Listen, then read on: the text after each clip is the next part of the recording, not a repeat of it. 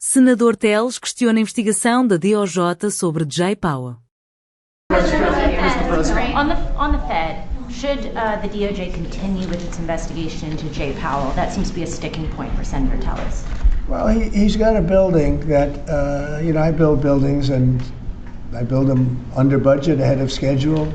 I build them, but they're within reason always. And this is a small little complex that's costing billions of dollars, most expensive job per square foot ever built. And it's a little complex, it's a little Fed complex. I built the hotel on Pennsylvania Avenue, and I built it for around $200 million, and it's bigger than that. They're spending many times that amount to do a renovation of a building. I've heard numbers as high as $4 billion. $4 billion to build a building. I could have renovated that building and fixed it up, made it beautiful for $25 million. They're going to spend close to $4 billion on it. So it's either gross incompetence or it's theft. Somebody's making money because you can't spend. It's more per square, and you have half a building there. You have the structure, you have the exterior skin that they're not changing much. They're building a building and they're spending almost, I'm hearing numbers of between $3 and $4 billion. It's the most expensive structure ever built per square foot. So he's either incompetent or he or somebody is a crook. And we'll find out. Mr. President. Thank you, Mr. President. On Minneapolis, Governor Tim Walz recently likened the conflict on the ground to Fort Sumter, sort of imply that this is the beginning of a civil war. Do you agree with that characterization? Do you feel like there's a civil war brewing? The governor said that? The governor did. Well, does he know what Fort Sumter was, or do you think somebody wrote it out for him? No, this is, I was elected on law and order. I was elected on a strong border. We had a border that allowed 25 million people to come in. Many were murderers. They murdered people. We had 11,888 murderers.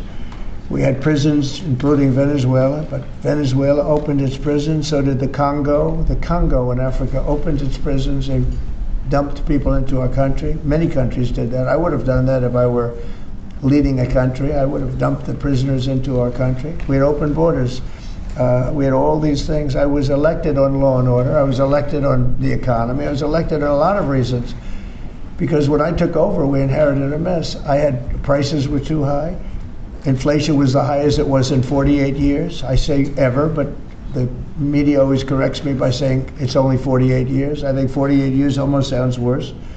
But when I was elected to do a job. And one of the big things I was elected to do is law and order. We now have the lowest crime rate in the history of our country. We have the lowest murder rate in the history of our country. We have Washington, D.C., which was a dangerous place to walk, is now a totally safe city. You can walk with your husband or your wife. You can walk with your children right down the middle of the city. Nothing's going to happen. We did a great job. We had the National Guard. We have soldiers. We have people that nobody's going to mess with. And we've taken out, remember, it's not just that. In Washington, we've removed over 2,000 criminals.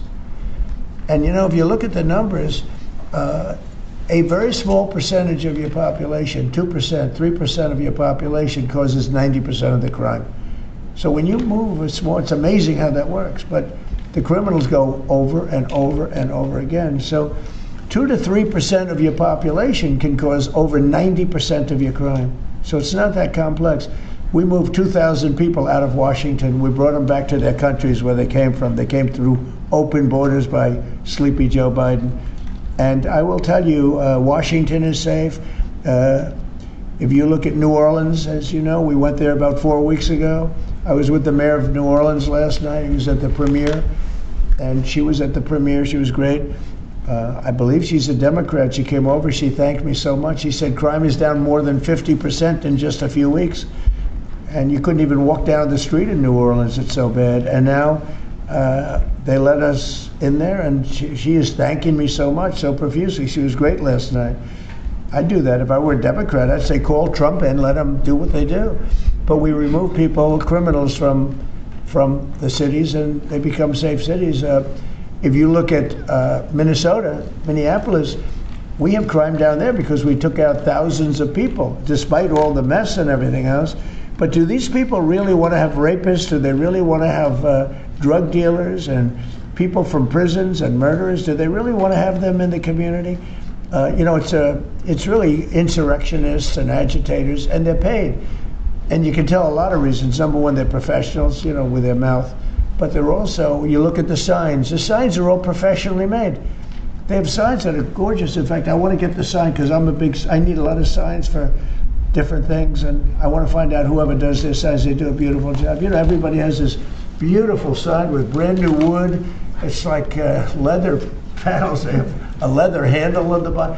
These are people that are handed signs, and we know pretty much, we're getting very close to it, but we know pretty much who's funding this stuff. These are paid insurrectionists, paid troublemakers.